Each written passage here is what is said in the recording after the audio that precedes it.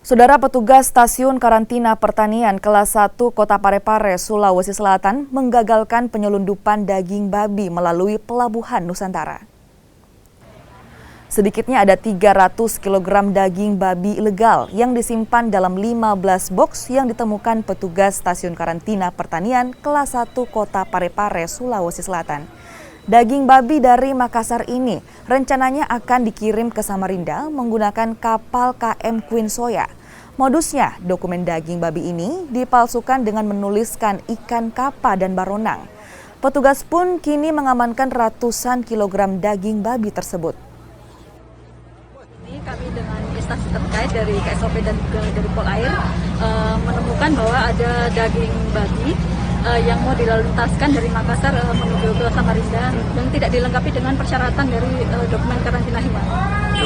Kalau untuk dari teknisnya dari karantina hewan, kalau media pembawa yang akan dilalutaskan, yang akan berangkat itu kalau tidak dilengkapi dengan dokumen karantina dan juga dokumen lain, misalnya kalau untuk daging itu harus dilengkapi dengan SKKH dari Dinas Peternakan.